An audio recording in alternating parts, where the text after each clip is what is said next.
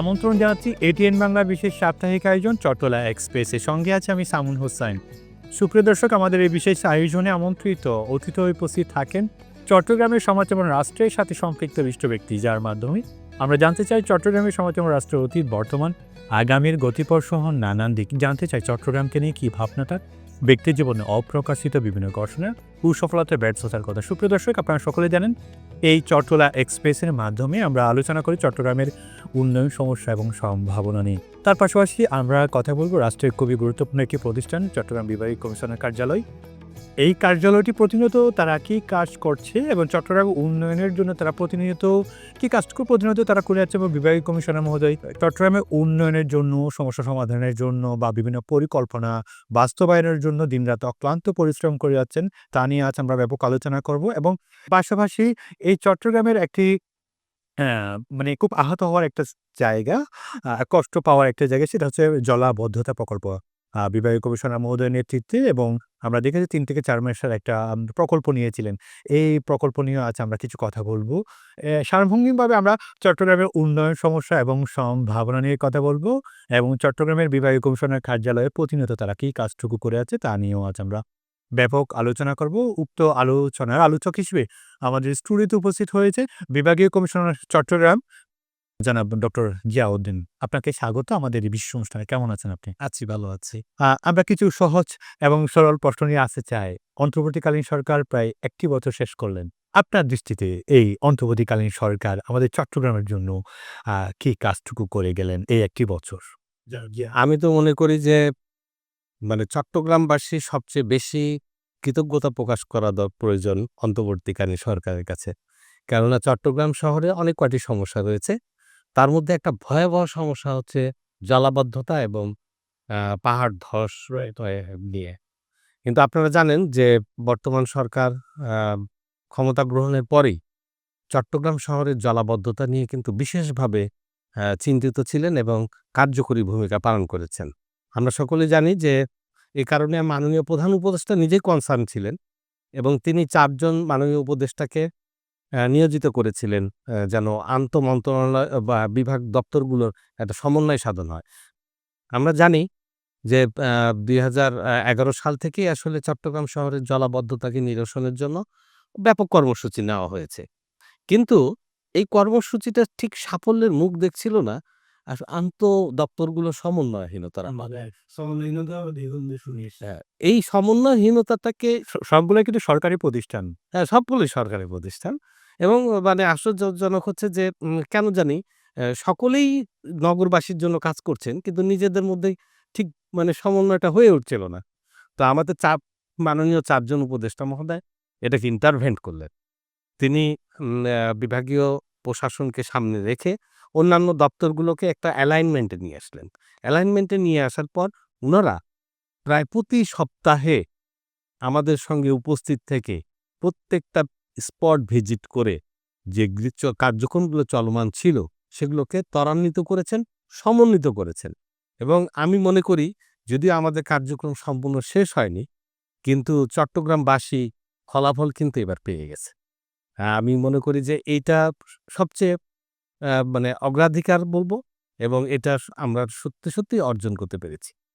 একইভাবে পাহাড় ধস, আপনারা জানেন যে অতীতে পাহাড় ধস নিয়ে একাধিক ক্যাজুয়ালিটি বর্ষার সময় কিন্তু ফায়ার সার্ভিস যারা উদ্ধারকর্মী তারা কিন্তু প্রস্তুত থাকে যে পাহাড় ধস হবে এবং আহত হবে, নিহত হবে, তাদেরকে উদ্ধার করতে হবে।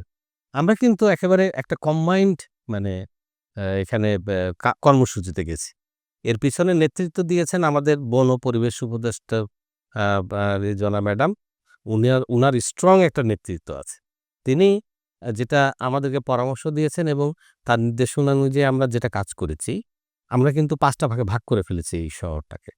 ৫ টা ভাগে ভাগ করে সেখানে কিন্তু সরকারি কর্মকর্তার সঙ্গে বিভিন্ন দপ্তর, পরিবেশ অধিদপ্তর, প্রশাসন, সহ এনজিও যেমন বেলার কর্মী-টর্মী যেন সংবাদকর্মী সবাই মিলে আমরা একটা এককভাবে একটা কিন্তু মানে কার্যক্রমে চলে গেছি। ফলে দেখা গেছে যে আমরা একটা দুর্যোগ আসার আগেই সেখানে মাইকিং করতে পারছি, লোকজনকে আশ্রয় কেন্দ্রে সরিয়ে দিতে পারছি। এবং কোনো জায়গায় যদি কোনো বিপজ্জনক একটা পরিস্থিতি হয়, অগ্রিম আমরা একটা ব্যবস্থা গ্রহণ করতে পারছি।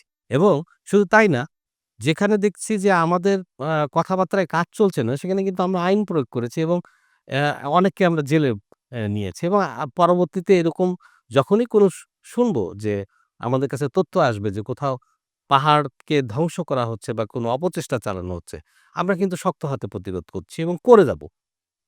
এটা আমাদের একটা বড় অ্যাচিভমেন্ট এবারের জন্য। যেগুলো অর্জন সেগুলো তো আমরা আসলে ফিজিক্যালি দেখতে পেয়েছি। কিন্তু ফিজিক্যালি দেখতে পাওয়ার বাইরে কিন্তু আরেকটা অর্জন আছে। যে অর্জনটা শুধু চট্টগ্রাম না, আমি বলব সারা দেশের জন্য মানে একটা বিশেষ উল্লেখযোগ্য এবং সেটাকে বাহির থেকে মূল্যায়ন করাও সম্ভব না। এটার ভিতরে ঢুকতে হয়। সেই জিনিসটা হচ্ছে আমাদের প্রতিষ্ঠানগুলো বিনির্মাণ। মানে আমরা তো আসলে মানে এমনভাবে রাইট, এক্সাক্টলি একটা সুন্দর কথা বলেছেন যে একটা ভঙ্গুর অবস্থায় হ্যাঁ, একটা ভঙ্গুর অবস্থায় চলে গিয়েছিল। বিশেষ করে আপনারা জানেন যে পুলিশের মাঠ প্রশাসন বলে, পুলিশ প্রশাসন বলে ২ টি প্রতিষ্ঠানই কিন্তু অনেকাংশে ভেঙে পড়েছিল। কিন্তু খুব অল্প সময়ের মধ্যে এই প্রতিষ্ঠানগুলোকে একদম ফিনিক্স পাখির মতো আবার সেই ভস্ম সুন্দর করে সাজানো। জেগে উঠছে। এটা খুব চ্যালেঞ্জিং ছিল মনে হয় না আপনার? সাংঘাতিক চ্যালেঞ্জিং ছিল। বিশেষ করে আমাদের চিন্তা চেতনার মধ্যে অনেক রকম অ্যালাইনমেন্ট ছিল। আমরা আসলে জনগণের প্রতিশ্রুতি অনেকেই ভুলে গেছিলাম। অথবা মনে রাখলেও কিভাবে বাস্তবায়ন করব একটা উদাহরণ দিই স্যার, পুলিশ প্রশাসনের একটা উদাহরণ দিই। প্রায় ১৬ টি থানা আমাদের চট্টগ্রামে। প্রতিটি থানায় কিন্তু ভালো করে আহত হয়েছে। অর্জন। আসলে সরকারি কর্মচারীদের মধ্যে কেউ হয়তো মানে দুর্নীতির সঙ্গে যুক্ত হয়ে থাকে। কিন্তু অধিকাংশ মানুষই কিন্তু চায় ভালো কিছু করার। কিন্তু এই ভালো কিছু করাটা আসলে তখনই একদম বাস্তবসম্মত হয়, যখন সরকারের পক্ষ থেকে আমাদেরকে আসলে নির্দেশনাগুলো দেওয়া হয়, আমাদেরকে সাপোর্ট করা হয়। কারণ আমাদের সেই ক্যাপাবিলিটি আছে। আমরা কিন্তু করে দেখাতে পারি যে জনগণের জন্য আমরা কি পারি। কিন্তু সেটার জন্য একটা পলিটিক্যাল কমিটমেন্ট লাগে। সেই কমিটমেন্টটার মধ্যে আমরা ছিলাম এবং আছি এবং সেভাবে কিন্তু আমরা বেড়ে উঠছি। তো এটা আমি মনে করি যে মানে অলক্ষ্যে সবচেয়ে বড় একটা অবদান। মাঠে যারা কাজ করে তাদের থেকে আপনি খোঁজখবর পাচ্ছেন কি আসলে? জনগণ কি মানে বলছে এই ব্যাপারটা নিয়ে? লাস্ট ১ টি বছর অর্জন নিয়ে নাকি মানুষ আশাবাদী? নাকি আর কোনো আশঙ্কা আছে? না ক্ষোভের মধ্যে আছে, না কষ্টের মধ্যে আছে? এক কথায় অন্তর্বর্তীকালীন সরকার নিয়ে জনগণ কি বলছে এখন? যেহেতু আপনি মাঠেই কাজ করেন অনেকাংশে। আ আসলে মাঠের সঙ্গে কিন্তু আমার যোগাযোগটা খুব নিবিড়। কেননা মাঠ প্রশাসন নিয়ে যেহেতু কাজ, সেক্ষেত্রে আমাদের উপজেলা প্রশাসন বলি, পুলিশ প্রশাসন বলি বা অন্যান্য যেকোনো অধিদপ্তরের কাজই কিন্তু কোনো না কোনোভাবে আমাদের সঙ্গে সংশ্লিষ্ট। তো আমরা এখন একটা পজিটিভ এনভায়রনমেন্ট এ আছি যে সকলেই কিন্তু খুব সহযোগিতামূলক অবস্থান থেকে আমরা কাজ করে যাচ্ছি। কিন্তু আমাদের আসলে যে বিষয়টা দেখা যাচ্ছে যে জনগণ আগে যে কথাগুলো ঠিক বলতে চেয়েও জায়গা পায়নি। যেমন তারা যে নাগরিক সমস্যাগুলোতে ভোগে কিংবা সরকারি সেবা নিতে পেয়ে যে সমস্যাগুলোতে তারা মানে মুখোমুখি হয়, এগুলোর জন্য আসলে প্রতিকারের কিছু কাগুজে ব্যবস্থা ছিল। কিন্তু মানুষের সত্যিকার বলার কোনো জায়গা ছিল না। তো ৫ আগস্টের পরবর্তীতে এই বিপ্লবের কারণে মানুষের কিন্তু সেই প্রশ্ন করার, জানতে চাওয়ার বিষয়টা কিন্তু এসেছে। ফলে তারা কিন্তু স্থানীয় প্রশাসনের কাছে এখন মানে তাদের দাবিগুলো বুঝে নিতে চাইছে। এক্সাক্টলি। হ্যাঁ, এখন তারা বলছে যে আমাদের তো এটা পাওয়ার কথা, এটা হওয়ার কথা, আমাদের কেন এটা হচ্ছে না? আমরা কেন পিছিয়ে আছি? এই বিষয়গুলো কিন্তু অনবরত বিশেষ করে মাঠ প্রশাসনের নিম্নতম যে পর্যায়গুলো আছে, সেখানে কিন্তু জনগণ এসে বলছে। বিশেষ করে আপনারা জানেন যে ইউনিয়ন পরিষদ, পৌরসভা এই যা প্রতিষ্ঠানগুলো তো আসলে মানে এখনো আমরা মানে স্ট্রেংথেনিং করতে পারিনি। এগুলো দিয়ে কিন্তু মানুষের ব্যাপক ক্ষোভ আছে এবং এখন প্রশাসনই কিন্তু সেই বিষয়গুলোকে টেক ওভার করেছে এবং তারা এই ১ম বারের মতো তারা চেষ্টা করছে পৌরসভাগুলোতে কিংবা ইউনিয়ন পরিষদগুলোতে তাদের গৃহীত প্রকল্পগুলো যেন ভিজিবল হয়। সত্যি যেন জনগণ যে প্রকল্পগুলো দেখতে চাইছে সেগুলোই যেন গ্রহণ করা হয়। তারপরে হচ্ছে আর্থিক যে আসলে যে বিষয়গুলো বিধিবদ্ধ ছিল না, যেগুলো লিপিবদ্ধ করা হতো না যেভাবে নিয়ম মেনে কাজ করা হতো না, সেগুলো কিন্তু এখন ভিজিবল করে দেওয়া হয়েছে। ফলে এদিক থেকে জনগণের সন্তুষ্টি আছে। একটা সময় কিন্তু জনগণ কথা বলতে পারেনি। রোধ করা হলো বা কথা বলতে পারে নাই। এই জায়গায় মনে হয় না জনগণ একটু কথা বলতে চাচ্ছে। পাড়া মহল্লা এলাকায় যাচ্ছেন তো আপনি। তখন কি সাধারণ মানুষ এখন কথা বলতে চাচ্ছে, সমালোচনা করতে শিখেছে বা একটু আশার সঞ্চার মানে আশা অবশ্যই। আসলে তো আমরা তো জনগণের সমস্ত চাহিদাগুলো পূরণ করতে পারিনি। এটা তো মানতেই হবে আমাদেরকে। ফলে তো তাদের কিন্তু আমাদের চাহিদা ব্যাপক। আমাদের চাহিদা ব্যাপক না। আসলে মিনিমাম সুবিধা একটা জনগণের যেটা পাওয়ার কথা, সেটা তাদের পাওয়ার হক রয়েছে এবং তারা সেটা দাবি করবেই। কিন্তু আমাদের অনেক সীমাবদ্ধতাও আছে। কেননা অনেক কিছু করার জন্য আবার অনেক আর্থিক সক্ষমতা লাগে। কিন্তু যে বিষয়টা ঘটেছে সেটা হচ্ছে যে আগে আসলে এটা বলার প্রয়োজনটাও মনে করেনি যে বলেই বা কি হবে? কেই বা শুনবে? হ্যাঁ? কিন্তু এখন মনে হচ্ছে যে বা মানে মানে বললে বা কি হবে এটাও একটা ব্যাপার। আবার বললে যে তার উপর যে কষ্ট পাবে সে, হ্যাঁ, কষ্ট দেওয়া তো বিভিন্নভাবে কষ্টও পেতে পারে, কোণঠাসা হয়ে যাবে। আর এখন চিন্তা করছে যে আমার জিনিসটা তো আমার আদায় করে নেওয়ার ব্যাপার। হ্যাঁ? ফলে এখন এখন জনগণ কিন্তু অধিকারের মতো করে একটু ক ভাবছে ব্যাপারটা। এবং এটা আমরা মনে করি খুবই পজিটিভ। বিশেষ করে যখন মনে করেন যে বিভিন্ন জায়গায় নির্বাচিত লোকজন এসে বসবে, তাদের জন্য একটা প্রেক্ষাপট কিন্তু তৈরি হয়ে গেল। হ্যাঁ, আর সরকারি কর্মচারীরা যারা আমরা কাজ করছি ফিল্ডে, তারাও কিন্তু একটা জিনিস বুঝেছি যে আমাদের স্ট্যান্ডার্ড যে সার্ভিস ডেলিভারি কিংবা আমাদের জনগণের যে ম্যান্ডেট, এটা থেকে দূরে সরে গেলে কি হয়? সেটা কিন্তু আমরা একরকম শিক্ষা পেয়েছি। ফলে আশা করা যায় যে এরপরে অন্ততপক্ষে সরকারি কর্মচারীরা জনগণের বিপক্ষে দাঁড়ানোর আগে অনেকবার ভাববে।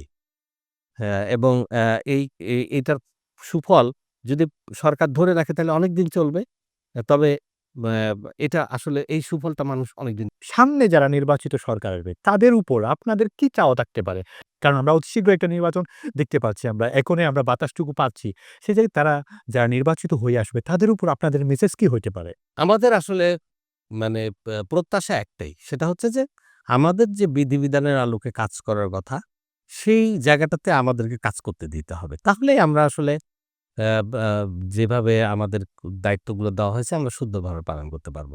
যখন এইটার ব্যত্যয় ঘটে, যখন বিধিবিধানের উপর অন্য আরো কিছু প্রেশার সৃষ্টি করা হয়, তখন আমরা খুব বেশি অসহায় হয়ে পড়ি এবং আমরা একটা বিরূপ পরিস্থিতির সম্মুখীন হই এবং আমরা অনেকে ক্ষতিরও শিকার হই। কেননা অধিকাংশ কর্মচারী কিন্তু মানে অবৈধ চাপ এবং নীতিমালার বাইরে গিয়ে কিছু করাটা মেনে নেয় না। সেই জায়গা থেকে আপনাদের পরামর্শটুকু আসলে আপনারা অফিসিয়ালি ভাবে এটা সরকারকে আপনারা দিবেন কিনা? আপনাদের যারা আছেন মাঠ প্রশাসনে যারা কাজ করেন তারা? না আমরা তো এটা কন্টিনিউয়াসলি তো সুশীল সমাজ এই বিষয়টা বলছেই। আমরাও কিন্তু সব রকম ফোরামে বলছি। আমরা বলছি যে আমরা আমাদের মতো কাজ করতে দিন। দিয়ে দেখেন আমরা জনগণের জন্য কিভাবে কাজ করছি এবং নীতি-নৈতিকতার কোন রকমের আমরা বরখেলাপ করছি কিনা আপনারা দেখেন। যদি সেখানে আমি ভঙ্গ করি তাহলে ধরেন। কিন্তু আমাদের প্রতি পদে, পদে যদি মানে আসলে ওয়া মানে কি বলবো গাইড করার একটা বিষয় করা হয়, তখন অনেক সময় মানে স্বাধীনভাবে বা গঠনমূলকভাবে চিন্তা করাটা কিন্তু কঠিন হয়ে যায়। আসলে এই সময়ে আপনার সময়ে আপনি কতটুকু পরিবর্তন দেখাতে পারলেন এই বিভাগীয় কমিশনার চট্টগ্রাম কার্যালয়কে? পরিবর্তনের মধ্যে আসলে শৃঙ্খলাটা প্রতিষ্ঠাটা হচ্ছে সবচেয়ে বড় বিষয়। আমাদের কার্যক্রমের একটা বড় অংশ হচ্ছে শৃঙ্খলা রক্ষা করা। আর দ্বিতীয়ত হচ্ছে সরকার তার পরিপত্রের সমূহে যেভাবে নির্দেশনা দিয়েছে যে কাজগুলো এভাবে এক্সিকিউট হবে। আমরা কিন্তু দপ্তরগুলো এখন ঠিক সেটাই মেনে কাজ করার চেষ্টা করছি। আমার মনে হয় যে একটা সরকারি কর্মচারীদের এটাই হচ্ছে মানে বড় কমিটমেন্ট যে যেটা যেভাবে করতে বলার কথা আমরা সেভাবে করার সর্বোচ্চ চেষ্টা করছি। এবং এই পরিবেশটা সৃষ্টি করাটাই হচ্ছে আমাদের অ্যাচিভমেন্ট। পুরো বাংলাদেশের এখন যিনি প্রধান উপদেষ্টা আছেন উনি আমাদের চট্টগ্রামের কৃতি সন্তান, চট্টগ্রামেরই মানুষ। আ আর বেশ কয়েকজন উপদেষ্টা কিন্তু আমাদের চট্টগ্রামের। সেই জায়গায় আপনি একটু উৎফুল্ল হয়ে কাজ করছেন কিনা আসলে? আপনার কি এটা এটা আপনি এনজয় করছেন কিনা না? এটা আমার জন্য কিন্তু কাজ করাটা খুব আনন্দের। আনন্দের এই কারণে যে প্রথাগত মানে সিস্টেমে আমরা দেখেছি যে যেরকম একটু মানে চাপের বিষয় থাকে, এখানে কিন্তু যেকোনো জায়গা থেকে রাজনৈতিক হোক অন্যভাবে হোক। এখানে কিন্তু একদম সম্পূর্ণ চাপমুক্ত। প্রথমত হচ্ছে উনাদের মানে আমাদের সম্মানিত মাননীয় উপদেষ্টা মহোদয়গণ ১ম এই তার আমাদের সামনে ক্লিয়ার করেছে যে আমরা যেহেতু পরবর্তীতে নির্বাচনে যাব না, আমরা এইসব করব না। ওইজন্য আমার কোনো স্পেশাল ব্যক্তির জন্য আমাদের কোনো ফেভার নেই। হ্যাঁ, আমার ফেভারটা হচ্ছে সমস্ত জনগণের জন্য। ফলে আমি যেটা বাড়তি সুবিধা ভোগ করি এই চট্টগ্রামে থাকার কারণে সেটা হচ্ছে যে উপদেষ্টা মহোদয়কে যখন বোঝানোর আমি চেষ্টা করি যে এইটা আ আ মানে চট্টগ্রামবাসীদের জন্য বা এই এলাকার বা ইয়ের জন্য খুব উপকারী এবং এরকম একটা কার্যসূচি বা এরকম একটা বাজেট ছাড় পড়লে এটা উপকার হবে। মানে আমি আমার চাকুরি জীবনে এত সহজভাবে সেই জিনিসগুলো আর কখনো পাইনি। মানে এটা একটা আর উনারা আমার আসলে আমরা যেভাবে রাজনৈতিক নেতৃত্বকে শক্তি মনে করি, সেটা কিন্তু আমি অনুভব করতে পারি যে হ্যাঁ, উনারা কিন্তু আসলে আমাদের শক্তি। কেন উনারা সবসময় মানে এক এক ধরনের গঠনমূলক সহায়তামূলক সাপোর্টটা আমাদেরকে দিচ্ছেন। মানে এটা খুব প্রত্যাশিত একটা আপনার কি মনে হয় না একটা সময় মন্ত্রীগণ সচিবালয় থেকে বা ঢাকা থেকে চট্টগ্রামে তেমন একটা দেখা যেত না। আনাগোনা তেমন একটা দেখা যায়। এখন কিন্তু খুব অনেকাংশে খুব দেখা যায়। একটা একটা বিষয় এখানে বলি। সেটা হচ্ছে যে এই যে জুলাই আগস্ট অভ্যুত্থানটা ঘটলো, এই অভ্যুত্থানের কিন্তু একটা শিক্ষা এবং একটা সৌন্দর্য কিন্তু আছে। সেই সৌন্দর্যটা হচ্ছে যে উপরে যারা আছেন, তারা কিন্তু নেমে এসেছেন জনগণের। এক্সাক্টলি। আমি ওটাই এবং আপনাকে আমি প্রত্যেকটা ক্ষেত্রেই আমরা মানে সাধারণ মানুষ বা অংশগ্রহণকারী আমাদের মিটিং গুলোতে উনারা যেসব মিটিং এ অংশগ্রহণ করেন, তারা বলে যে, "আগে তো কখনো আপনারা আসেন নাই। মানে আগে তো কখনো জিজ্ঞাসা করেন নাই। আগে তো আমাদের কাছ থেকে কিছু জানতে চাননি।" এই যে পাহাড়ের চূড়াটা আজকে মাটির সমতলে এসে তাদের কথা শুনতে চাইছে। আমি মনে করি এই সৌন্দর্যটা, এই অভিজ্ঞানটা এটা বজায় থাকুক। তাহলে হয় কি উনারা কিন্তু একদম মাঠ লেভেলে শুনে গেলেন যে আসলে কি করতে হবে? আসলে মানুষ কি চাচ্ছে? এটা মানে তাদের জন্যও তৃপ্তিদায়ক যারা বলছে যে আমরা আমাদের কথাটা সত্যি প্রকৃত কর্তৃপক্ষের কাছে পৌঁছে দিতে পারলাম। আর তারাও খুব হলো যে কোনো মাধ্যম আমাদের মতো আমলাদের মাধ্যম দিয়ে না শুনে উনারা সরাসরি শুনলেন। ফলে সমস্যাগুলোকে যেগুলো সমস্যা অ্যারাইজ হচ্ছে সেগুলোকে অ্যাড্রেস করার জন্য এটা খুবই উপকারী এবং আমি মনে করি খুব মানে ব্যাপারটা কাজ করছে।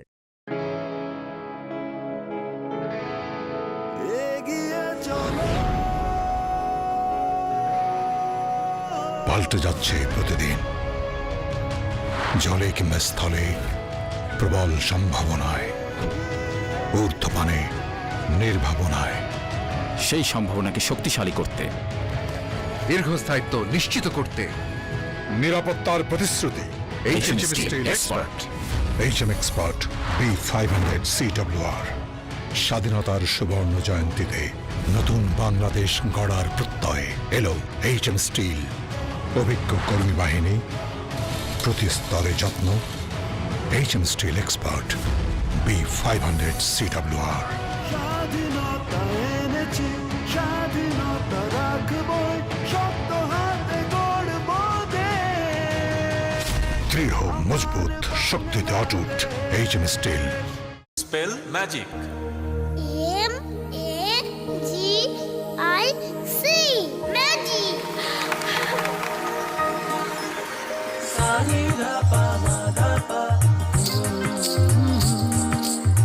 সুস্বাদু পুষ্টিকর কিশোর নুডলস একমাত্র নুডলস যা পরিবারের সুষম খাদ্য নিশ্চিত করে আর নিশ্চিত করে আপনার বেড়ে ওঠা সন্তানের সুন্দর ভবিষ্যৎ। Kissan noodles, moms magic.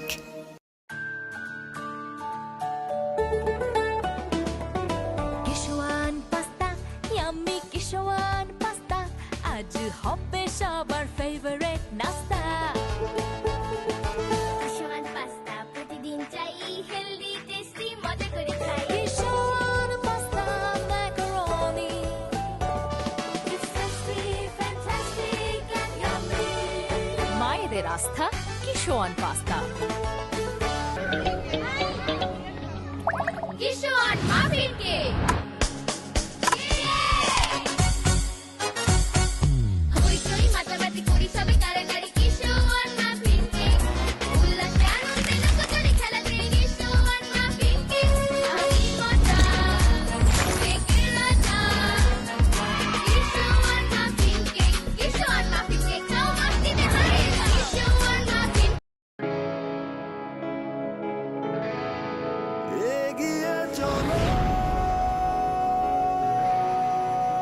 পাল্টে যাচ্ছে প্রতিদিন জলে কিংবা স্থলে প্রবল সম্ভাবনায় ঊর্ধ্বপানে নির্ভাবনায় সেই সম্ভাবনাকে শক্তিশালী করতে। দীর্ঘস্থায়িত্ব নিশ্চিত করতে নিরাপত্তার প্রতিশ্রুতি HM Steel Expert। HM Expert B500 CWR স্বাধীনতার সুবর্ণ জয়ন্তীতে নতুন বাংলাদেশ গড়ার প্রত্যয় এলো HM স্টিল। অভিজ্ঞ কর্মী বাহিনী, প্রতি স্তরে যত্ন। HM steel expert B500 CWR। স্বাধীনতা এনেছি, স্বাধীনতা রাখবই, শক্ত হাতে গড়ব দেশ। দৃঢ় মজবুত শক্তিতে অটুট HM steel. Spell magic. MAGIC magic.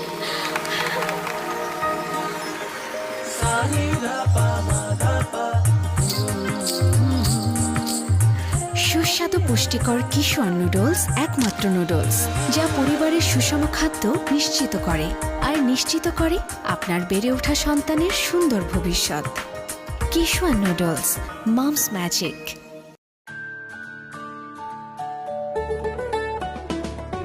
Kissan pasta, yummy Kissan pasta, আজ হবে সবার ফেভারিট নাস্তা।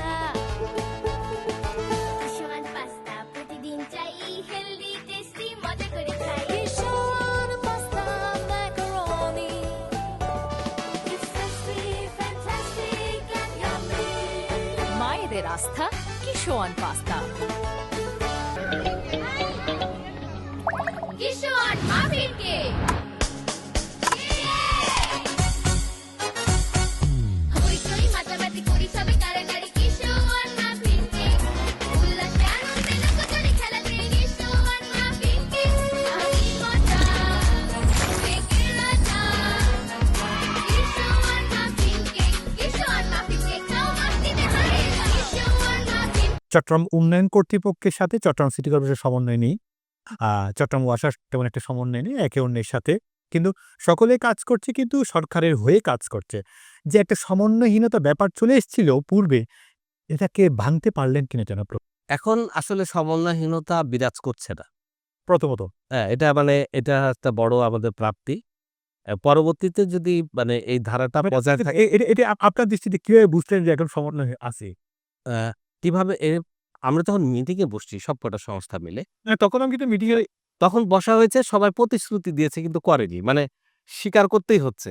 হয়তো বলা হয়েছে একজন মন্ত্রী আসলে ঢাকা থেকে, তখন কিন্তু সকলে আছে, চট্টগ্রাম উন্নয়ন কর্তৃপক্ষ চেয়ারম্যান আছে, মাননীয় মেয়র ছিলেন, সবাই ছিলেন, কিন্তু কাজের বেলা দেখা যাচ্ছে একে অন্যের উপর দোষারোপ করা, কোনো একটা ভুল হয়ে গেলে দোষারোপ করা, কিন্তু একসাথে কাজ করতে দেখিনি আমরা। না, এটা আমি উদাহরণটা দিই।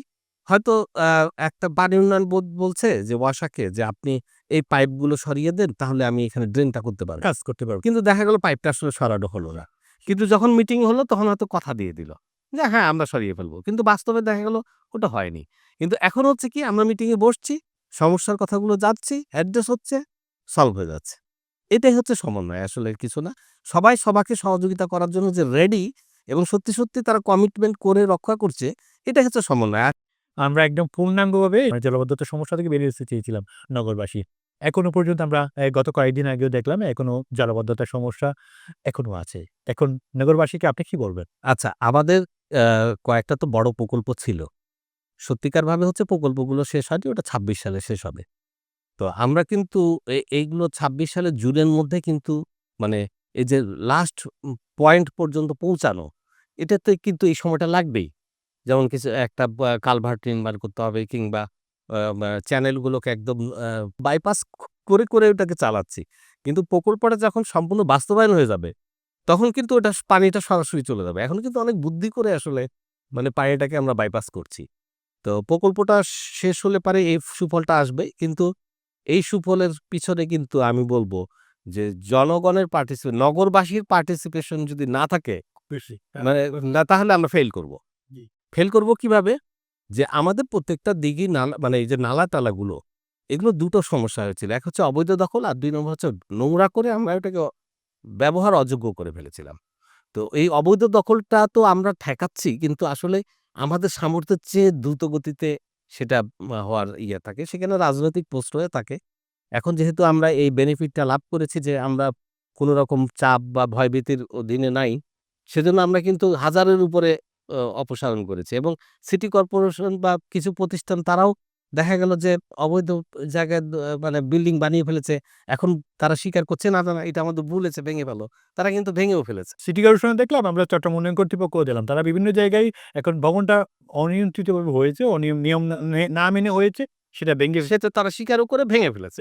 তো এই যে একটা পজিটিভ একটা ইমপ্যাক্ট আমরা দেখতে পাচ্ছি, এটা আমি মনে করি যে ভালো, মানে এটা আপনার কি মনে হয় যে রাস্তা দিয়ে এখন এই জলাবদ্ধতা প্রকল্প নিয়ে কাজ করছে, আপনার কি মনে হয় সে রাস্তাটা সঠিক? বা আসলে ২৬ সালের জুনের মধ্যে আমরা এই সমাধানে রূপ পাবো? আমরা তো এটার পিছনে লেগেই আছি। আমরা নিয়মিত এটা পর্যবেক্ষণ করছি, নিয়মিত সভা করছি এবং নিয়মিত অগ্রগতিটা আসলে দেখছি। এখন পর্যন্ত আমাদের ৮৬% এর উপরে অগ্রগতি হয়ে গেছে। আর বাকি যে ১৪% আছে, সেটাও আমাদের মাইলস্টোন ঠিক করা আছে যে কোনটা কখন অ্যাচিভ করব। তো সেই হিসাবে আশাবাদী, যদি খুব বড় ধরনের কোনো বিপত্তি না ঘটে আমরা সেটা আমরা নগরবাসী কি এই স্বপ্নটা দেখতে পারবো যে সামনের বর্ষায় আমরা এই জলাবদ্ধতার সমস্যাটা অনেকাংশে আমরা মানে প্রায় নিশ্চিত যে আগামী মানে এখন যে রাস্তা দিয়ে তারা যাচ্ছে মানে কাজ করছে, আপনি তো দেখছেন, দেখভালও করছেন। রাস্তাটা সঠিক কিনা? মানে তারা ঠিকমতো কাজ করছে কিনা? অ্যা তাদেরকে আসলে যে কাজটা অ্যাসাইন করা হয়েছে, সেই অনুযায়ী তারা কাজ করছে। কিন্তু আপনারা জানেন যে মানে আসলে এখন তো কাজ করা সহজ। একটা সময় তো অনেক কঠিন ছিল ব্যাপারটা। মানে এখানে অর্থ নষ্ট করে ফেলা, ওই যে মেগা প্রকল্প, মেগা দুর্নীতি করা। এখন তো এই জায়গাতে সুযোগ আর নাই। এখন তো মানুষ মন খুলে কাজ করছে বা বিভিন্ন প্রতিষ্ঠান কাজ করছে। এখন দুর্নীতিটা পাশেও নাই। এখন আমাদের একটা আশঙ্কা আছেই আসলে। আশঙ্কাটা হচ্ছে এরকম যে আমরা তো বিশেষজ্ঞ মতামত নিয়েই এই মানে কাজগুলো নেওয়া হয়েছে, প্রকল্পগুলো। এখন বিশেষজ্ঞরা যদি আমাদেরকে সঠিক পরামর্শ দিয়ে থাকেন যে এই কাজগুলো হলেই আসলে জলাবদ্ধতা যাবে, হ্যাঁ, এটা তারাই ভালো বুঝবেন যে এটা আসলে কতটা বিজ্ঞানসম্মত হয়েছে। কারো, কারো আবার দ্বিমতও থাকতে পারে। তো সেই জায়গায় ফেল না করলে পারে আমরা তো আসলে অ্যাচিভ করবই। কেননা আমাদের সাধারণের পক্ষে কিন্তু এই জিনিসটা বুঝে ওঠা খুবই কঠিন যে পরিকল্পনাটা সঠিক ছিল। একজন চাঁদাবাজ মুক্ত চট্টগ্রাম করার জন্য এবং চাঁদাবাজ মুক্ত চট্টগ্রাম শহর করার জন্য আপনি কি পথে আগাচ্ছেন? মানে কি কাজ করছেন? আচ্ছা, এটার আসলে তো অনেক কয়টা অ্যাঙ্গেল আছে। আছে এমন অনেক প্রতিষ্ঠানও আছে এটা নিয়ে কাজ করার জন্য। আপনি প্রধানতম ব্যক্তি হিসেবে বলেন। না, আমার আসলে ব্যক্তিগত একটা অনুভূতি আছে। সেটা হচ্ছে যে মানে কর্মসংস্থানের বিষয়টা না বাড়লে এই জিনিসটা আসলে মানে শুধুমাত্র আইন শৃঙ্খলা বাহিনীর মানে তৎপরতা, আমাদের তৎপরতা, এটা আসলে সম্পূর্ণ নির্মূল নো, করা রাইট, একদমই সুন্দর একটা কথা। হ্যাঁ, উত্তর। ফলে তা এখন মানে আমাদের আমরা একটু থমকে গেছিলাম জুলাই আগস্ট অভ্যুত্থানের আগেই। যে আমাদের অর্থনীতিটা ঠিক ওভাবে বিকশিত হচ্ছিল না। তারপরেও একটু সময় লেগেছে। এখন কিন্তু অর্থনীতিটা আসলে একটু বিকাশের দিকে যাচ্ছে। হ্যাঁ, হয়তো ফরেন ইনভেস্টমেন্ট আরো আসলে, আরো ইন্ডাস্ট্রিয়ালাইজেশন হলে একটা চাকরির বা কর্মসংস্থানের বা উদ্যোক্তা সৃষ্টির একটা প্রক্রিয়া শুরু হবে। এই প্রক্রিয়ার মাধ্যমে আসলে ওই যে তরুণ জনগোষ্ঠী, তাদেরকে যদি আমরা ইনকর্পোরেট করতে না পারি, তাহলে শুধুমাত্র শক্তি প্রয়োগ করে কিন্তু চাঁদাবাজির কালচারটাকে করা যাবে না, বন্ধ করা যাবে না। কেননা চাঁদাবাজ এখনো একটা লাভজনক পেশা আরকি বলব। যেহেতু অন্যান্য আ যে ছোটখাটো কর্মগুলো রয়েছে, এতদিন আমরা জানতাম মাদক একটা লাভজনক ব্যবসা। এখন এটার সাথে, সাথে কিন্তু চাঁদাবাজিও একটা লাভজনক ব্যবসা হয়ে দাঁড়ালো আসলে। মানে অবস্থা হিসেবে গড়ে উঠেছে। তো আমাদেরকে এখন এটা বিভিন্ন অ্যাঙ্গেলে আসলে এটাকে অ্যাড্রেস করতে হচ্ছে। আমরা আ উম মানে সবচেয়ে বেশি দিচ্ছি যে আসলে এখানে ইন্ডাস্ট্রিয়ালাইজেশনটা হোক। ইন্ডাস্ট্রিয়ালাইজেশন হোক, কর্ম পরিবেশ সৃষ্টি হোক, পর্যটন বিকাশ হোক। কর্মসংস্থানের ব্যাপারটাকে খুব জোরালোভাবে দেখছেন। পাশাপাশি আমরা আরেকটি ব্যাপার চলে আসে যে মব জাস্টিস, আমরা এটাও দেখছি। আ আ আমরা এই ব্যাপারগুলো নিয়ে আপনি সচেতন কিনা? অবশ্যই, এবং আমরা যখন আমাদের বিভাগীয় পর্যায়ের বা জেলা পর্যায়ের কর্মকর্তাদের সঙ্গে আমরা মতবিনিময় করি, অফিসগুলোর সঙ্গে যোগাযোগ রাখি, আমরা কিন্তু এখন অন্তত প্রশাসনিকভাবে মব জাস্টিস এর একেবারেই বিপক্ষে, এবং আপনাদের কাছে অনেক তথ্যই আসে না। আমরা কিন্তু অনেক মব একদম অঙ্কুরেই বিনষ্ট করে দিই। আমরা কিন্তু একটা সিরিয়াস পর্যায়ে যাওয়ার আগেই মবটাকে স্টপ করে দেই। ফলে তৎপর আছি, তারপরেও মানে অনেক কিছুই আছে যে আমরা রিচ করতে, করতে হয়তো অনেক কিছু হয়ে যায়। তবে মব কালচারকে যে আমরা প্রশাসনিকভাবে অ্যাকসেপ্ট করি না, এই মেসেজটা কিন্তু যারা মব সৃষ্টির তারা করে তাদের কাছে পৌঁছে গেছে।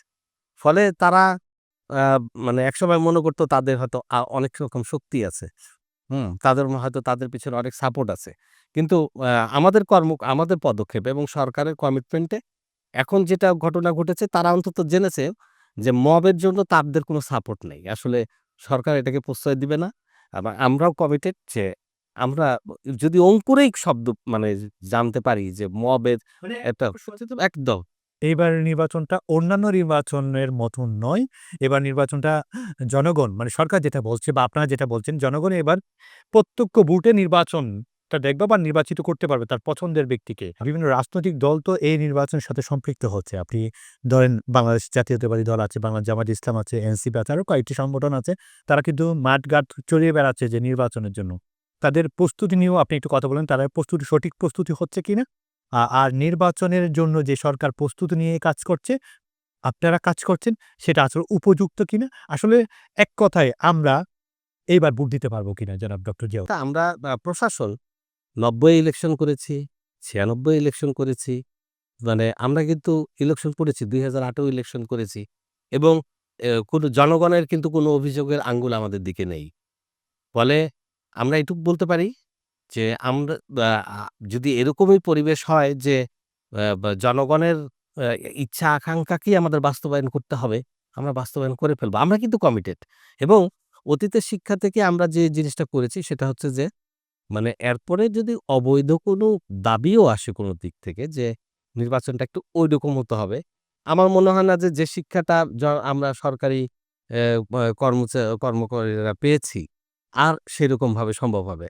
আমরা এখন আসলে মানে কোনো ইয়েতে বা বা অন্যরকম ইলেকশনের পক্ষে কোন রকমের সাপোর্ট সহযোগিতা দিব না। একটা সময় তো ছিল ইউনু এবং ওসিকে ম্যানেজ করতে পারলে সংসদ সদস্য হওয়া খুব সহজ। পাশাপাশি একজন জেলা প্রশাসক এবং একজন জেলা পুলিশ সুপারকে কন্ট্রোল করতে বা নিয়ন্ত্রণে আসতে পারলে জয়ী হওয়া সম্ভব। আমরা ইতিপূর্বের ঘটনা থেকে বলছি। এইবার কি আমরা এটা দেখতে পাবো? না অবশ্যই না। আমি আমি বললাম যে এবার সরকারি কর্মচারীরা এত বেশি কমিটেড মানে এত বেশি তারা মানে তারা এবার দেখাবে নিজেদেরকে যে আমরা জনগণের ভোট দানের জন্য কিরকম স্বচ্ছ এবং আমরা কি শিক্ষা নিব নাকি আমরা ভুলে যাব স্যার?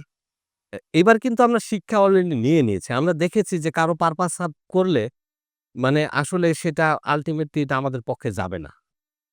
প্রয়োজনে আমরা দায়িত্ব পালন করব না। হ্যাঁ, আমরা প্রতিবাদের অবস্থায় অনেক, যাওয়া অনেক ভাষা আছে, প্রতিবাদের অনেক ভাষা। আমরা কিন্তু এই বিষয়টা শিখে গেছি এবার। যে আমরা কারো পারপাস সার্ভ করব না। আমরা জনগণের পারপাস সার্ভ করব। আমরা তাদেরকে ভোট দিব এবং তারা বলবে যে আমরা ভোটটা দিতে পেরেছি। রমজানের পূর্বে নির্বাচনের একটা ঘোষণা মোটামুটি দিয়েছে প্রধান উপদেষ্টা মহোদয় দিলেন। সেই জায়গায় এই সময়ের মধ্যে আসলে কি সরকার যে প্রস্তুতি নিয়ে কাজ করছে নির্বাচন কমিশন বা বিভিন্ন স্টেক হোল্ডার আপনারা, পুলিশ প্রশাসন, সম্ভব কিনা? আসলে সুষ্ঠু একটা নির্বাচন দেশবাসীকে উপহার দেওয়া সম্ভব কিনা? অবশ্যই সম্ভব। আমরা তো আসলে মানে কাজ করতে, করতে পরীক্ষিত। আমাদেরকে সরকার যে তফসিল ঘোষণা থেকে যে সময়টা দিবে, যে সময়টা আইনে বলা আছে, এই সময়টাতেই আমাদের জন্য যথেষ্ট। আমাদের সেই ক্যাপাবিলিটিস আছে। আমরা সুষ্ঠু সুন্দরভাবে আপনারা কি এখন থেকে নির্দেশনা পাচ্ছেন কিনা কেন্দ্র থেকে? না আমরা এখনো জেনেছি। এরপরে সেট অফ রুলস প্রচুর নির্দেশনা সার্কুলার জারি হবে। আমরা সেই অনুযায়ী অ্যাকর্ডিংলি সেভাবে কাজ করে যাব। বাংলাদেশ জাতীয়তাবাদী দল আছে, জামায়াত ইসলাম আছে, এনসিপি আছে, বিভিন্ন রাজনৈতিক দল আছে। তারা কিন্তু এই নির্বাচনের জন্য কাজ করছে। তাদের উদ্দেশ্যে আপনার কোনো মেসেজ আছে কিনা? আমাদের প্রশাসনের পক্ষ থেকে সুন্দর নির্বাচন দেয়াটা যেমন একটা আমাদের কমিটমেন্ট এবং চ্যালেঞ্জ, আমাদের প্রফেশনালিজমের একটা অংশ। তেমনিভাবে রাজনৈতিক দলের দায়িত্ব কি ব্যাপারটা? রাজনৈতিক দলের একটা দায়িত্ব হচ্ছে জনগণকে জনগণের প্রত্যাশা অনুযায়ী মানে তাদের কার্যক্রমগুলো পরিচালিত করা। জনগণ নির্বাচন দেওয়ার আগেই ভোট কেন্দ্রে যাওয়ার আগেই যেন মানে সেই আস্থাটা নিতে পারে যে আমি যে ভোটটা যাকে দিতে যাচ্ছি আমার প্রত্যাশাগুলো সে পূরণ করবে এবং তার কার্যক্রমে সেটা প্রমাণিত হয়েছে। তো এটা আমার জনগণের মতো আমারও প্রত্যাশা। রাজনৈতিক দলগুলো আইন শৃঙ্খলা পরিস্থিতিকে বজায় রেখে জনগণের দাবিগুলোকে মাথায় রেখে তাদের কার্যক্রমগুলো পরিচালিত করবে। তাহলে আমরা মানে একটা সকলে মিলে একটা সুষ্ঠু সুন্দর নির্বাচন জাতিকে দিতে পারবো। আপনার কি এটা মনে হয় না যে শেখ হাসিনা দেশ থেকে পালালো, আওয়ামী লীগ সরকার শিখেছে মানে তারা ক্ষতিগ্রস্ত হইল ব্যাপারটা। ওখান থেকে আপনার কি মনে হয় রাজনৈতিক দলদেরও কিছু শিক্ষণীয় আছে? আমি প্রত্যেকটা দলকে একটা কথাই বলবো যে সেটা হচ্ছে যে প্রত্যেক দলই তো আসলে দেশের উন্নয়নের জন্য এবং জনগণের সেবার জন্যই যে কাজ করতে আসে এবং এই কাজটা কিভাবে করবে এই জন্য প্রত্যেকের আলাদা আলাদা ফিলোসফি পথ মত আছে। তো এখন সত্যিকারভাবে তাদের পথ এবং মতটি জনগণের প্রত্যাশার সঙ্গে অ্যালাইনড হয়ে আছে কিনা এটা এখনো যাচাই করার সময় আছে এবং সেই অনুযায়ী তাদের কর্মসূচি সাজানোরও আমি মনে করি যথেষ্ট সময় আছে। তো আমরা অতীতের সময় থেকে যদি শিক্ষা নিয়ে আমাদের জনগণের প্রত্যাশার সঙ্গে আমাদের কার্যক্রমকে মিলিয়ে দেখি, আমার মনে হয় যে তাতে সকলেই আমরা উপকৃত হব। আপনি যখন আপনারা বিভিন্ন সমন্বয় সভা করেন, তখন বিভিন্ন রাজনৈতিক দলের প্রধানগণ ওখানে উপস্থিত থাকে। এক্ষেত্রে আপনি কি বুঝছেন চট্টগ্রামকে কেন্দ্র করে তারা কি আসলে আ আমরা আশাবাদী হব কিনা? যারা ভোটার আছে তারা একটু আশঙ্কায় থাকবে না, আশাবাদী হবে কিনা? আর তাদের সাথে তো আপনারা কাজ করেন। কেমন তারা? আমাদের আ আ সভাগুলোতে যারা উপস্থিত হন, তারা তারা তো তারা প্রধানতম ব্যক্তি। আসলে তারা তো প্রধানতম ব্যক্তি। তারা প্রধানতম ব্যক্তি হন এবং তারা দায়িত্বশীল ব্যক্তি হন। এবং দায়িত্বশীল ব্যক্তিগণ কিন্তু আমাদেরকে আসলে মানে আশ্বস্তই করেন যে তাদের নির্বাচন সুষ্ঠু করার জন্য সার্বিক তারা সহযোগিতা এবং সেই জায়গায় আপনি আশাবাদী কিনা? সেই সে জায়গায় জায়গায় আমি আশাবাদী। আশাবাদী তো বটে। কারণ তারাই তো নির্বাচনে আসবে বা তারাই তো নির্বাচন করবে। আপনি যাদেরকে নিয়ে কাজ করেন তাদের নেতৃত্বে বা তাদের মাধ্যমে নির্বাচনটা সংগঠিত হবে। এক্ষেত্রে তাদের সাথে কথা বলার পর আপনার কি বুঝেন? মানে একটা ভবিষ্যৎ নিয়ে কি চিন্তা ভাবনা করেন? আসলে আ এই জায়গায় ঠিক আছি। না, আমি যেটা বুঝি অনেক সময় অন্য সময় থেকে যেটা পার্থক্যটা বোঝা যায় সেটা হচ্ছে যে একটা সুন্দর নির্বাচন হোক, আমরা একটা সুন্দর মানে একেবারে নিরপেক্ষ নির্বাচন করি এটার পক্ষে তারা আছেন। ফলে এই পক্ষে থাকাটাও কিন্তু একটা মেসেজ যে হ্যাঁ, আমরা আমাদের মতো কাজ করব। তাদের মধ্য থেকে এটা কি খুঁজে পেয়েছেন যে শেখ হাসিনা যেভাবে নিয়েছে বুট চুর করে বা চুরি করে রাত্রে বা জোর করে এই ধরনের কোন টেনডেন্সি আপনি দেখতে পান না, তাদের এখন থেকে? পর্যন্ত কোন রকমের কেউ এই ধরনের মনোভাবই প্রকাশ করে নাই। আমার তো মনে হয় যে ভবিষ্যতেও করবে কিনা কেননা সকলেই জানে যে সেই দিন মনে হয় আমরা বিদায় করে দিয়েছি। আমরা যত্রতত্র ইটের ব্রিক ফিল্ড আমরা দেখতে পাই। আমরা পরিবেশ দূষণ হয় চট্টগ্রামে এরকম অনেকগুলা কাজ আমরা দেখতে পাই। পরিবেশ নিয়ে ভালো কাজ করছে। পরিবেশ দূষণ এবং পাহাড় কাটা নিয়ে এখন বিভাগীয় কমিশনার চট্টগ্রাম কি করছে? আমরা আসলে একই সঙ্গে প্রিভেন্টিভ এবং কিউরেটিভ দুটোই অবস্থার দিকে যাচ্ছি। প্রিভেন্টিভ দিকের মধ্যে হচ্ছে যে আমরা কিন্তু আ এখন তো ইটভাটাগুলো বন্ধ। বিশেষ করে পলিথিনের যে কারখানাগুলো রয়েছে সেগুলোতে কিন্তু আমরা আসলে একেবারে সিল বাগাদা করে দিয়েছি। কিন্তু তাদের অবশ্য নতুন উইন্ডো হয় এটা একটা সমস্যা। কিন্তু আমরা সংবাদ পাওয়া মাত্রই কিন্তু তাদেরকে প্রতিরোধ করছি। এটা আমাদের একটা পজিটিভ জিনিস। আর ওই যে বললাম ৫ টা অঞ্চলে ভাগ করে দিয়েছি। আর দিনরাত সবসময় খবর দেয়। আমাদের এই জায়গাটা পরিবেশ উপদেষ্টা মহোদয় কিন্তু ভালো কাজ করে যাচ্ছেন পুরো বাংলাদেশে। প্রতিনিয়ত মাঠে থাকেন যে পরিবেশ দূষণ রোধে কাজ করে যাচ্ছে। সেখানে আমরা দেখেছি রেগুলারই আমাদের চট্টগ্রামে উনি আসেন, আপনাদেরকে নিয়ে কাজ করেন। আপনার কি একটু আশাবাদী কিনা? আসলে এই পরিবেশ দূষণ রোধে আসলে আমরা ব্যাপক একটা উন্নতর জায়গায় চলে যেতে পারবো কিনা? অবশ্যই আশাবাদী এবং আমাদের মাননীয় উপদেষ্টা কিন্তু আমি বলব অনমনীয়। তিনি কোন রকমের ছাড় দিতে রাজি না। এটা আমাদের আবার স্যার আপনি ইতিপূর্বে ঘটনা দেখেছেন যে আমরা রাস্তা করতে গিয়ে পাহাড় কেটেছি, দেখেছেন আপনি? এখন কিন্তু এটা আর মানে এখন এটা সম্ভব না। কেননা মাননীয় উপদেষ্টা আমাদেরকে ওই যে বললাম তিনি আমাদের একটা শক্তি হয়ে দেখা দিয়েছেন। এখন আমরা কিন্তু সদল বলে সেখানে গিয়ে উপস্থিত হয়ে অ্যা অ অ অলরেডি স্টপ করে দিতে পারছি। আমরা পাহাড় কাটতে দিচ্ছি না।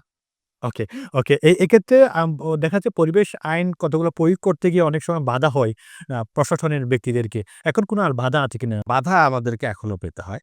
আমরা যখনই কোনো সংবাদ পাই বা আশঙ্কা করি যে এই জায়গায় পরিবেশের হানি হবে, কি ধরনের? আমরা যে বাধাটা হচ্ছে তারা মানে দেখা গেল এক শ্রেণীর লোক আমাদের উপর আক্রমণ করতে আসছে এবং আমাদের অনেক পরিবেশকর্মী বলেন, ম্যাজিস্ট্রেট বলেন, ব্যা বিভিন্ন জায়গায় অ্যাসল্টেড হয়েছে এবং যদিও তাদেরকে পরবর্তীতে আইনের আশ্রয় নিয়ে আনা হয়েছে। আইনের আওতায় করা হয়েছে যারা এটা মিসক্রিয়েন্ট হয়েছে। আমরা প্রচুর পরিমাণে এক্সকাভেটর জব্দ করেছি। প্রচুর ফাইন করেছি। মানে প্রায় কোটি টাকার উপরে পার হয়ে গেছে এবং তাদেরকে জেলে দিয়েছি। এগুলো কাজ চলছেই। তবে প্রতিরোধেরও কিন্তু মাঝে মাঝে শিকার হতে হয়। কিন্তু এই জায়গায় যেহেতু এখনো পর্যন্ত কিছু প্রতিবন্ধকতা চলে আসছে, সেই জায়গায় এই প্রতিবন্ধক দূরীকরণে আপনার সরকার থেকে, সাধারণ জনগণ থেকে বিভিন্ন রাজনৈতিক দল থেকে আপনি সহায়তা চান কিনা আপনি? আমি তো সবসময় বলব যে সরকার থেকে, রাজনৈতিক দল থেকে এবং জনগণ থেকে অকুণ্ঠ সমর্থন দরকার। তবে আমি দেখেছি জনগণ কিন্তু অকুণ্ঠ সমর্থন সবসময় করে। যেহেতু তারা পরিবেশ ক্ষতির বাস্তব শিকারটা তারা হয়।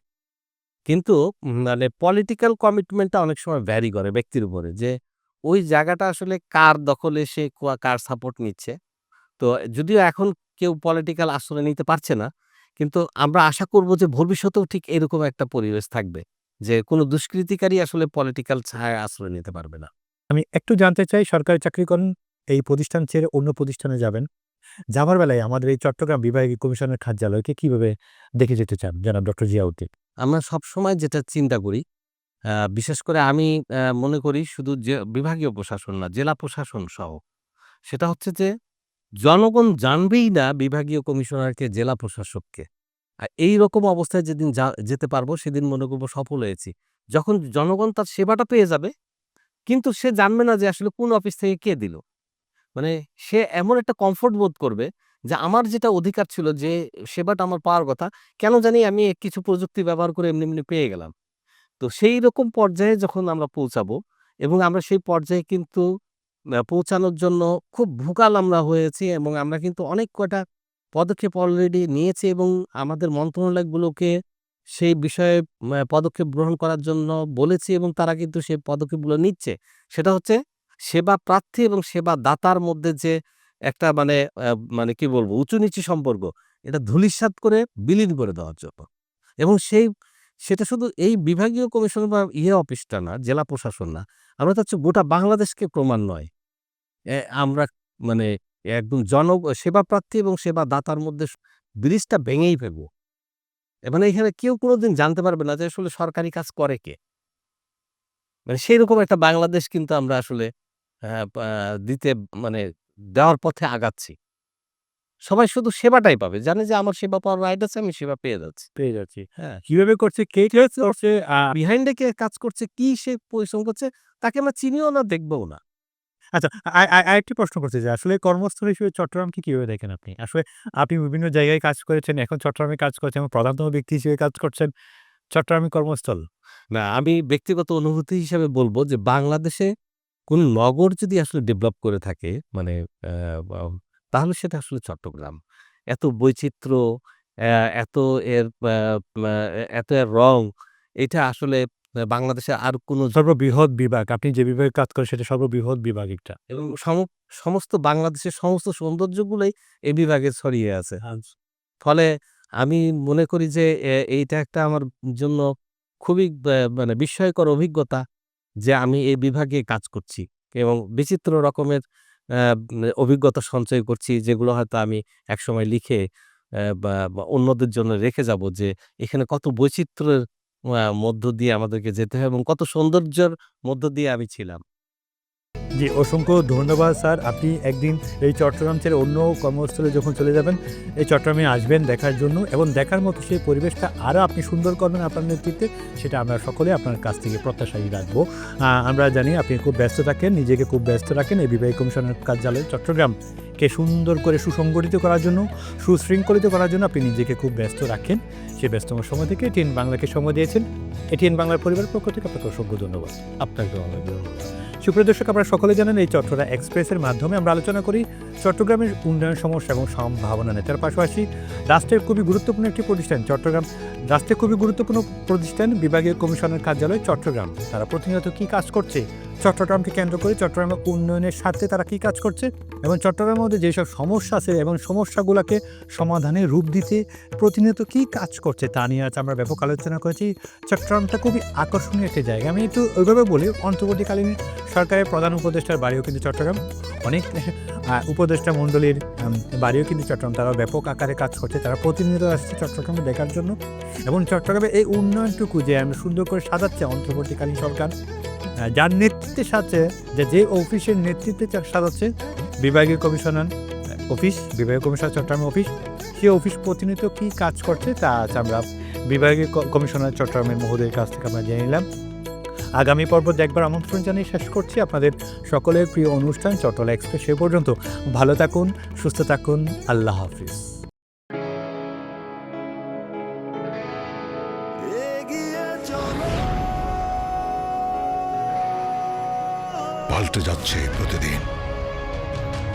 জলে কিংবা স্থলে প্রবল সম্ভাবনায়, ঊর্ধ্বপানে নির্ভাবনায়। সেই সম্ভাবনাকে শক্তিশালী করতে, দীর্ঘস্থায়িত্ব নিশ্চিত করতে, নিরাপত্তার প্রতিশ্রুতি। HM Steel Expert। HM Expert B500 CWR। স্বাধীনতার সুবর্ণ জয়ন্তীতে নতুন বাংলাদেশ গড়ার প্রত্যয় এলো HM স্টিল। অভিজ্ঞ কর্মী বাহিনী, প্রতি স্তরে যত্ন। HM Steel Expert B500 CWR।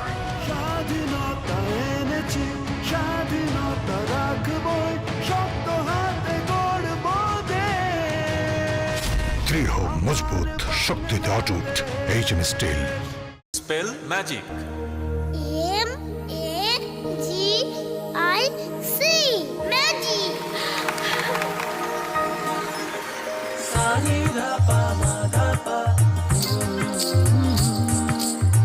সুস্বাদু পুষ্টিকর কিশোর নুডলস একমাত্র নুডলস যা পরিবারের সুষম খাদ্য নিশ্চিত করে আর নিশ্চিত করে আপনার বেড়ে ওঠা সন্তানের সুন্দর ভবিষ্যৎ।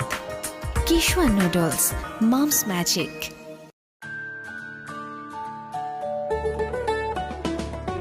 কিশোয়ান পাস্তা, ইয়াম্মি কিশোয়ান পাস্তা, আজ হবে সবার ফেভারিট নাস্তা। কিশোয়ান পাস্তা প্রতিদিন চাই, হেলদি টেস্টি মজা করে খাই। Kissan pasta macaroni, It's tasty, fantastic and yummy. মায়েদের আস্থা Kissan pasta. Kissan muffin cake. হইচই মাতামাতি করি সবে কারাকারি, কিশোয়ান মাফিন কেক। উল্লাসে আনন্দে লোকজনে খেলাতে, কিশোয়ান মাফিন কেক। আমি মজা, কেকের রাজা। কিশোয়ান মাফিন কেক, কিশোয়ান মাফিন কেক, খাও মাস্তিতে ভরে। কিশোয়ান মাফিন। এগিয়ে চলো, পাল্টে যাচ্ছে প্রতিদিন। জলে কিংবা স্থলে প্রবল সম্ভাবনায়, ঊর্ধ্বপানে নির্ভাবনায়। সেই সম্ভাবনাকে শক্তিশালী করতে, দীর্ঘস্থায়িত্ব নিশ্চিত করতে, নিরাপত্তার প্রতিশ্রুতি। HM Steel Expert। HM Expert B500 CWR। স্বাধীনতার সুবর্ণ জয়ন্তীতে নতুন বাংলাদেশ গড়ার প্রত্যয় এলো HM স্টিল। অভিজ্ঞ কর্মী বাহিনী, প্রতি স্তরে যত্ন। HM Steel Expert B500 CWR। স্বাধীনতা এনেছি, স্বাধীনতা রাখবই, শক্ত হাতে গড়ব দেশ। দৃঢ় মজবুত শক্তিতে অটুট HM steel. Spell magic. MAGIC magic.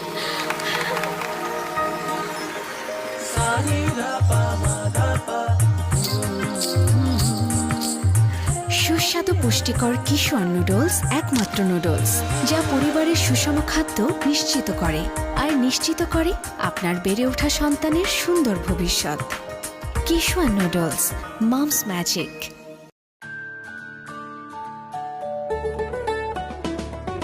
Kissan pasta, yummy Kissan pasta, আজ হবে সবার ফেভারিট নাস্তা। কিশোয়ান পাস্তা প্রতিদিন চাই, হেলদি টেস্টি মজা করে খাই। Kissan pasta macaroni, It's tasty, fantastic and yummy. মায়েদের আস্থা কিশোয়ান পাস্তা।